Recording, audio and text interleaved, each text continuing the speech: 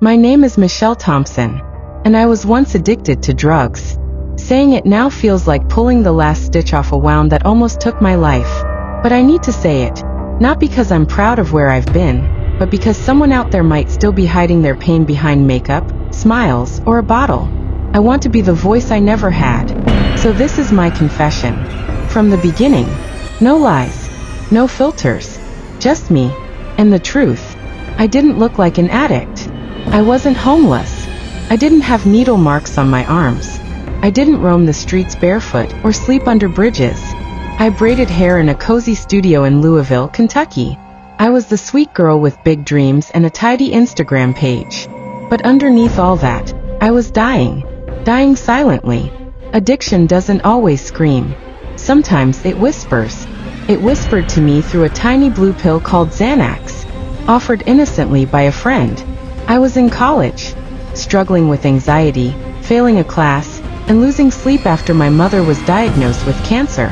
When my roommate handed me the pill, she said, "It helps you sleep. You'll wake up feeling better." She wasn't wrong. The first night I took it, I slept like a baby. I woke up smiling. For once, I didn't cry in the shower or flinch at the sound of my alarm. That was all it took. Then came the cycle. One pill became two. Two became a bottle. Before long, I couldn't sleep without it. Couldn't laugh without something in my system. Couldn't face a classroom, a client, a phone call without a little help. At first, I told myself I had it under control. I wasn't like those people. I wasn't on the street. I wasn't stealing. But denial is the most dangerous drug of all. Because not long after that, I started lying to my sister. Stealing small amounts of money from my dad's wallet. Selling my jewelry. Then one day, I stole $200 from my little niece's piggy bank. That broke something in me. I stared at the empty ceramic shell in her room and cried. But I still used the money to buy pills. The day everything cracked. I was 25 when I overdosed in the bathroom of a club. It was a Friday night. I had been mixing Xanax with codeine and had chased it with vodka. All I remember was leaning against the mirror, looking into my own eyes and whispering, "You're nothing.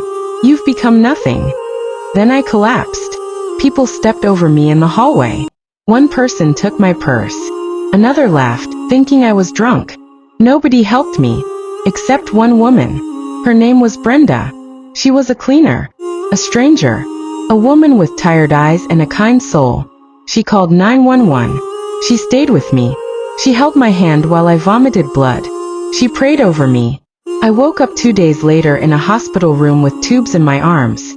And I will never forget the way the doctor looked at me when he said, "Michelle, you're lucky. Another minute and your heart would have stopped." Rehab wasn't easy. You don't heal by pretending it never happened. You heal by bleeding it out and cleaning the wound. My rock bottom was beautiful. Not in the moment, but in hindsight. Because when you have nothing left to hide behind, you're forced to look in the mirror and face who you are. I faced her. I forgave her. And I decided to fight for her. I've been clean for 6 years now. But the temptation still whispers sometimes. At 2 a.m. when my chest tightens. When a memory comes crashing through.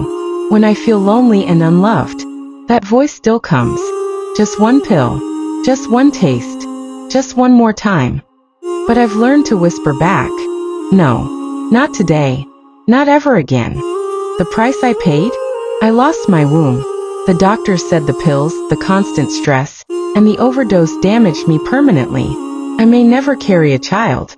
That truth broke me. I still cry about it sometimes. Now I speak in schools. I go to high schools and tell girls the truth. That the boy who offers you a pill doesn't love you. That the pain you're hiding can't be silenced with powder or syrup. That asking for help isn't weakness. That surviving is strength. This is my confession. Not because I want applause. Not because I'm trying to be famous.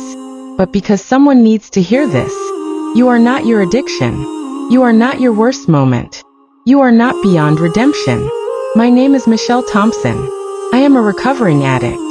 And I am still here. If you're struggling, please don't suffer in silence. Reach out to a friend, a counselor, a stranger on a hotline. There is no shame in needing help. The only shame is letting your pain swallow you in the dark. I was once drowning. Now I braid hair again. In a small studio with white curtains and sunflowers on the window. Sometimes girls ask me, "Why are you always smiling?" And I tell them, because I survived myself.